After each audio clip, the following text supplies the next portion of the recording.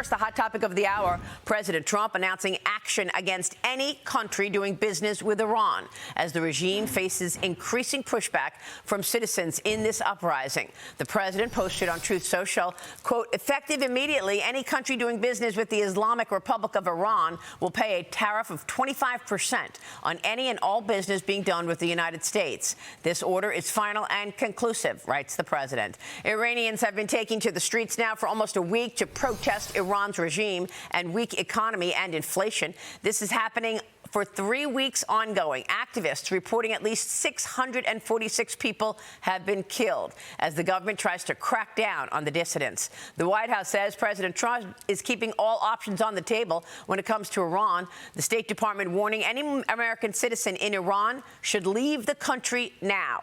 Things are heated there, and this feels different this time. Erica, your reaction? It does. I mean, it's horrifying, obviously, that they're killing their own citizens for protesting what's already been shown to be an oppressive regime.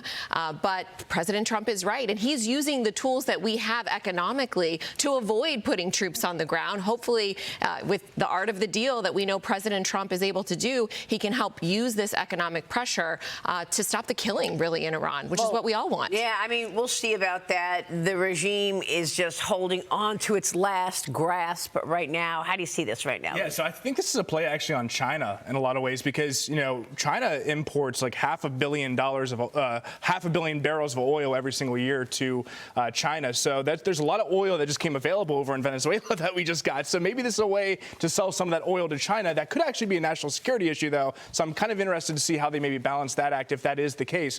But one thing to take a look at with these tariffs is the trade deficit's the lowest since 2009, I think $29 billion. So tariffs are working. Everyone cites 1930 after the Great Depression. Tariffs were the worst thing possible, led us into more of a depression. That's not the case. When economic growth is almost projected to be 5% this year, this is the time to use that arm wrestling match and to have leverage over nations. I think that's what's happening. So we're actually looking at places like Latin America right now to invest because of that supply chain moving closer over here. So some of the stocks like Grupo Cibo and Mercado Libre have done very well for us so far. Well, look, we're waiting on this tariff decision. The president's tariff has been incredibly successful. The president has been able to generate, $200 to $300 billion in tariff revenue so far. Now, we expect the Supreme Court to rule on the president's tariff authority tomorrow at 10 a.m. Eastern. He is warning on Truth Social last night, if the Supreme Court rules against the United States of America on this national security bonanza, we are screwed, writes the president. The president's adding that the U.S. would have to pay back, quote, many hundreds of billions of dollars, saying that does not even include the amount of payback countries and companies would require for the investments they're making on building plants, factories, equipment for the purpose of being able to avoid the payment of tariffs. We're talking about trillions of dollars. The president told me first, back in October, what would happen if the Supreme Court rules against him. Watch. What is your backup plan should the Supreme Court decision go against you on the tariffs and the emergency Well, I'll have to figure something out. I don't want to even think about it. We're doing so well to think about it. You know, if that happened, we'd have to pay back money. So if anything would happen with that, that would mean they're allowed to use tariffs and we're not. If they took away, this is national security, if they took away tariffs, then they've taken away our national security. Yeah, we're expecting the Supreme Court opinion day to be tomorrow at 10 a.m. Of course, we've been expecting this since the Supreme Court came back from its recess. Why do some people expect that the Supreme Court goes against the president? Because there was skepticism raised by several of the justices. Here's the White House Senior Counsel for Trade and Manufacturing, Peter Navarro, with me yesterday on this issue. The world cheats us.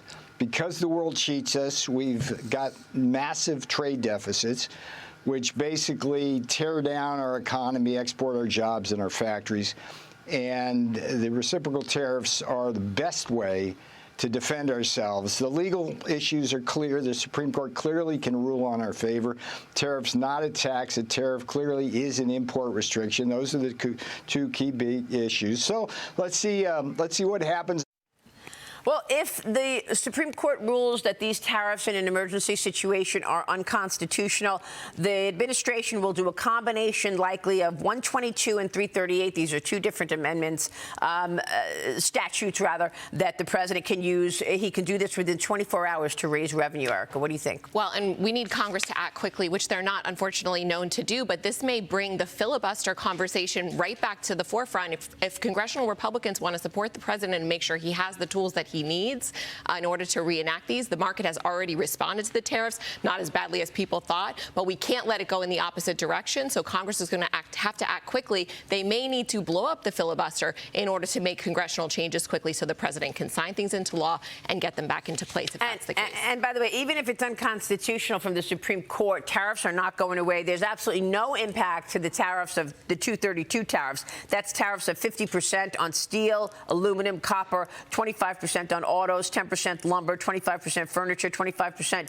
heavy truck remain. So this is about 56% of the overall tariff plan. It blows my mind we're actually talking about this because I think 30 presidents have used tariffs in the past, never since 1930s. A lot of presidents have done it themselves without Congress approval. Yeah. This comes back to the 1977 kind of case when they were kind of talking about whether national security issues exist or not for tariffs. We do have a national security issue. It's called AI. AI is a national security issue. Yeah. So these tariffs are helping us with the AI boom because of government spending. Well, I mean, the broader national security issue is the fact that the president is trying to protect America while China is trying to infiltrate every single part of this economy. And the president is trying to secure the nation with these tariffs.